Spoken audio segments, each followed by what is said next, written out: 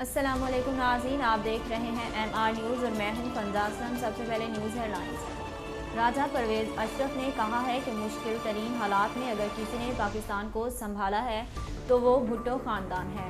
Pakistan Peoples party PPP کے رہنما راجہ پرویز اشرف نے میڈیا سے گفتگو کرتے ہوئے کہا کہ ملک میں جس طرح کا اس وقت ماحول ہے نہ وہ کافی قابل اعتراض ہے۔ یہ لوگ ایسی زبان استعمال کرتے ہیں جس کی جتنی مذمت کی جائے کم ہے۔ انہوں نے کہا کہ میں سمجھتا ہوں جو وزیر اعظم عمران خان نے اپنے حالیہ بیان میں 2 خاندانوں کا نام لیا ہے اور جس طرح ذوالفقار علی بھٹو کا نام لیا ہے وہ قابل مذمت ہے۔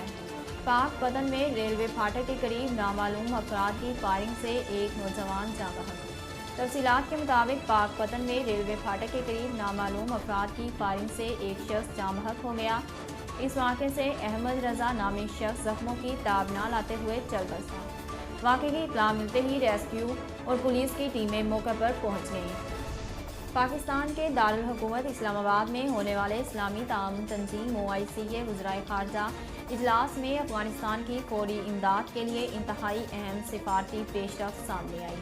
اسلامی تعاون تنظیم میں افغانستان کی امداد کے لیے OIC ٹرسٹ برائے مالیاتی تعاون کی منظوری دے دی۔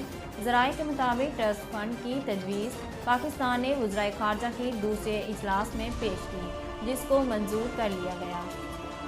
ذرائع کا کہنا ہے کہ مذکورہ ٹرسٹ میں OIC رکن ممالک مالیاتی حصہ ڈالیں گے۔ OIC ٹرسٹ فنڈ کو قرارداد کی شکل میں منظور کیا گیا۔ خیال ہے کہ اسلامی تعاون تنظیم وزرائے خارجہ کونسل کے غیر معمولی اجلاس میں افغانستان کی نشست خالی رکھی گئی تھی۔ افغانستان کی خالی نشست پر افغانستان کے سابق دور حکومت کا پرچم رکھا گیا۔ اجلاس میں شریک ممالک کے لیے مخصوص نشستوں پر ان کے جھنڈے رکھے گئے تھے جبکہ افغانستان کے لیے مخصوص نشست خالی تھی۔ وفاقی وزیر برائے سائنس و ٹیکنالوجی شبلی فراز کا کہنا ہے کہ درہ آدم فیل میں مجھ پر حملہ کرنے والے لوگ سیاسی نہیں تھے۔